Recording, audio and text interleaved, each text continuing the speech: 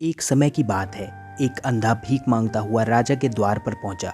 राजा को दया आ गई। राजा ने प्रधानमंत्री से कहा, ये भिक्षुक जनमान नहीं है, ये ठीक हो सकता है, इसे राजवैद्य के पास ले चलो। रास्ते में मंत्री कहता है, महाराज, ये भिक्षुक शरीर से हष्ट पुष्ट है और यदि इसकी रोशनी लौट आई तो इसे आपका सारा भ्रष्टाचार दिखेगा, आपकी शान और शौकत दिखेगी, आपकी फिजूल खर्ची दिखेगी, आपके राजमहल की विलासिता और रानीवास का अथाह खर्च दिखेगा। इसे ये भी दिखेगा कि जनता भूख और प्यास से तड़प रही है, सूखे से अनाज का उत्पादन हुआ ही नहीं और आपके सैनिक पहले से चौगुना लगान वसूल रहे हैं। शाही खर्च में बढ़ोतरी के कारण राजकोष रिक्त हो रहा है, जिसकी भरपाई हम सेना में कटौती करके कर रहे हैं। इससे हजारों सैनिक और कर्मचारी बेरोजगार हो गए हैं।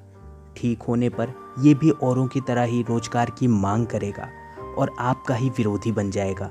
मेरी मानिए तो ये आपसे मात्र 2 वक्त का भोजन ही तो मांगता है।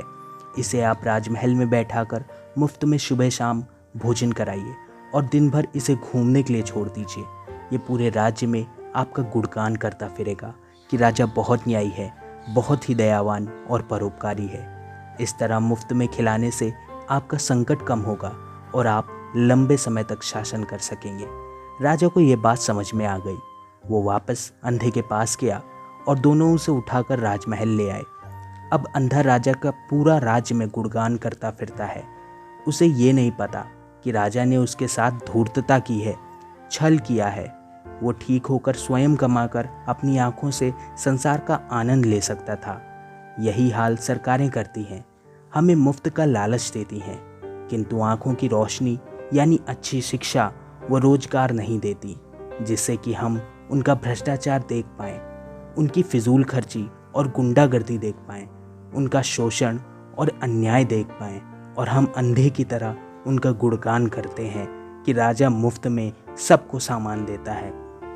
हम ये नहीं सोचते कि यदि हमें अच्छी शिक्षा और रोजगार सरकारें दें तो हमें उनकी खैरात की ज़रूरत नहीं होगी, हम स्वतः ही सब खरीद सकते हैं। पर हम सभी अंधे जो ठहरे, केवल मुफ्त की चीज़ें ही हमें दिखती हैं। सो फ्रेंड्स, कमेंट बॉक्स में बताइए कि इस कहानी में कितनी सच्चाई है और अगर आपने इस चैनल को सब्सक्राइब नहीं किया है तो इसे सब्सक्राइब कीजिए ताकि इसी तरह की नई वीडियोस आपके पास तुरंत पहुँचें। Thank you.